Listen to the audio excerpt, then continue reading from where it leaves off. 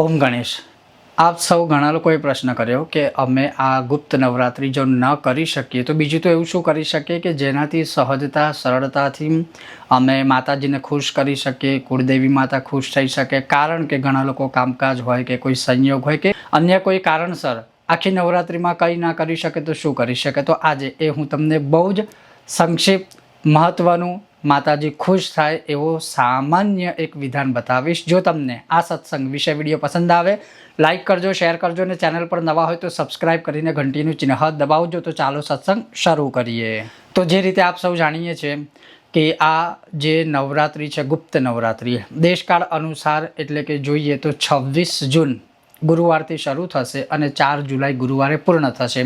હવે તમે એમાં કોઈ મંત્ર, પૂજા, પાઠ, સ્તોત્ર, અનુષ્ઠાન જો ના કરી શકો તો એટલીસ્ટ તમે બે કાળમાં એટલે કે બે સમયમાં, હું તો કહું છું બે સમયમાં ના થાય તો એટલીસ્ટ સાંજનું જે સંધ્યાકાળ હોય એમાં અવશ્ય આ વસ્તુ કરજો। અને શું કરવાનું છે? 2 દીવા ખાલી પ્રગટાવવાના અને માતાજી આગળ અર્પણ કરવાના। એ દીવો ઊભી વાટનો હોય કે આડી વાટનો કોઈ પણ ચાલશે। એ દીવો માટીના કોડિયામાં કરો કે તાંબામાં કરો કે ચાંદીના કોડિયામાં કરો, કશાયમાં પણ કરશો તો પણ ચાલશે। એ દીવો એક દીવો ગાય માતાના ઘીનો કરવાનો, જે માતાજીની જમણી બાજુ મૂકવાનો અને આપણે બેસીએ તો આપણી ડાબી બાજુ આવશે। અને બીજો દીવો છે જો તમારે ધનની સંપત્તિની પ્રાપ્તિ કરવી હોય તો તલના તેલનો દીવો કરવાનો। શત્રુ, બાધા, બંધન, ભૂત, પ્રેત, પિશાચ આદિથી તમારે મુક્તિ પ્રાપ્ત કરવી હોય તો એ માતાજીની ડાબી સાઈડે અને આપણે બેસીએ તો આપણી જમણી બાજુ। બસ આ 2 દીવા 2 કાળમાં કરવાના, સવારે પ્રાતઃકાળ અને સાંજે એટલે સંધ્યાકાળ। અને બંને કાળમાં ન થઈ શકે તો એટલીસ્ટ એક કાળમાં એટલે સંધ્યાકાળમાં કરવાનું।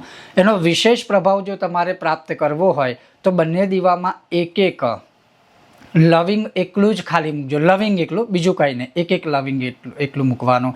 અને બંને દીવા પ્રજ્વલિત કર્યા પછી માતાજીને પ્રાર્થના કરવાની કે દેશ, કાળ, સમય, સંજોગ પ્રમાણે આ ગુપ્ત નવરાત્રિમાં હું બીજું કાંઈ તો પણ નથી કરી શક્યો કે નથી કરી શકતો અથવા તો નહીં કરી શકું, પણ એટલું તો અવશ્ય હું તમને આ દીપદાન કરું છું, કરીશ, તમને અર્પણ કરી રહ્યો છું અથવા કરી રહી છું। તમે એનો સ્વીકાર કરો અને મારી મનની સારી મનોકામનાઓ પૂર્ણ કરો, શત્રુબલ ક્ષય કરો, લક્ષ્મીની પ્રાપ્તિ કરાવો। અને સૌથી મહત્વપૂર્ણ વાત એ કે હે મા જગદંબા, હે મા કુળદેવી માતા, તમે અમારી ઉપર અને અમારા પરિવાર ઉપર સદાય પ્રસન્ન રહેજો। બસ આટલું ખાલી દીપદાન કરવા માત્રથી પણ તમે મા જગદંબાને, કુળદેવી માતાને પ્રસન્ન કરી શકો છો આ નવરાત્રિમાં, જો અન્ય બીજું કાંઈ ન કરી શકો તો। ઓમ ગણેશ, હર હર મહાદેવ, જય માતાજી, ભારત માતાની જય।